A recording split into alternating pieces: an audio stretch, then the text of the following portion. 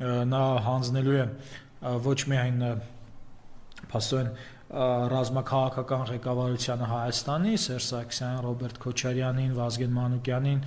միգուցե նաև Լևոն Տեր-Պետրոսյանին, ինչու ոչ, միգուցե նաև Սամվել Բաբայանին, կամ ասենք գեներալներից Օնիկ Գասպարյանին, իսկ ինչու ոչ Արծրուն Հովհաննիսյանին, որը այսօր բաներ շողոքորթությամբ էր զբաղված,